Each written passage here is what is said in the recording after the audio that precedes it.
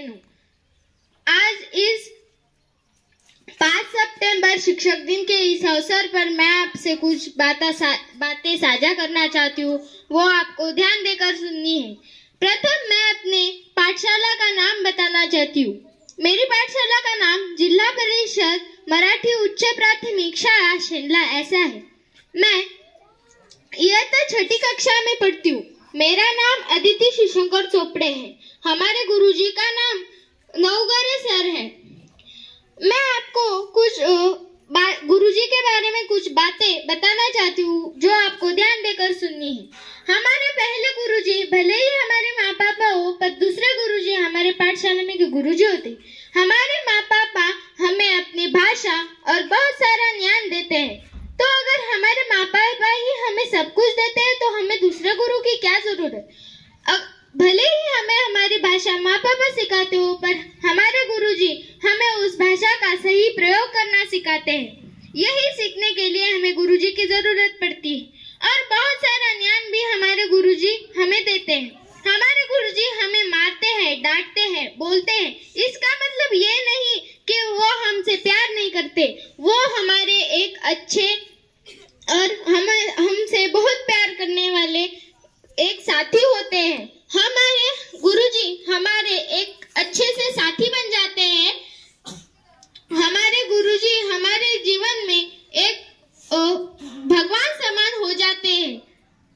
हमारे लिए हमारे जीवन में बहुत से अलग अलग गुरुजी होते हैं। कुछ गुस्सा कर कर, कुछ लाड प्यार से, तो कुछ खेल कूद कर सिखाते हैं। सभी की अलग अलग टेक्निक होती है, पर बच्चे भी अलग अलग टेक्निक से ही पढ़ते हैं। सभी बच्चों को सभी गुरुजी का बोलना समझ नहीं आता।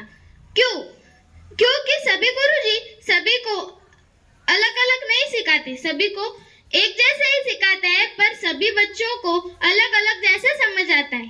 पूछो ना हमारे गुरुजी से 100 बार क्यों, 1000 बार पूछो, वो गुस्सा नहीं करेंगे, वो ना नहीं कहेंगे।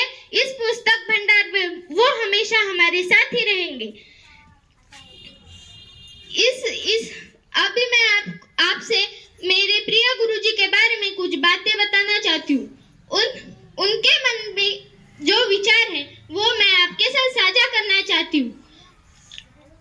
मेरे प्रिय गुरुजी ऐसा कहते हैं कि हम बच्चों को उदास नहीं रहना चाहिए, हमेशा हंसते खेलते और रहना चाहिए, और इस गुरु और शिष्य का ये नाता कभी नहीं टूटेगा।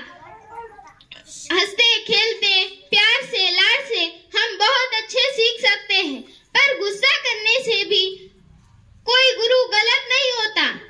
वह हमारे एक अच्छे नागरिक बनाते हैं। हमारे माँ बाप भी हमारे प्रथम गुरु होते हैं, तो दूसरे गुरु हमारे पाठशाला में के गुरुजी होते हैं। वो हमें इतना ज्ञान बांटते हैं, हमें भी उस ज्ञान का सही उपयोग करना आना चाहिए। बस इतना ही कहकर अपने 2 शब्दों को पूर्ण विराम देती हूँ और मैं उन सभी शिक्षकों को धन्यवाद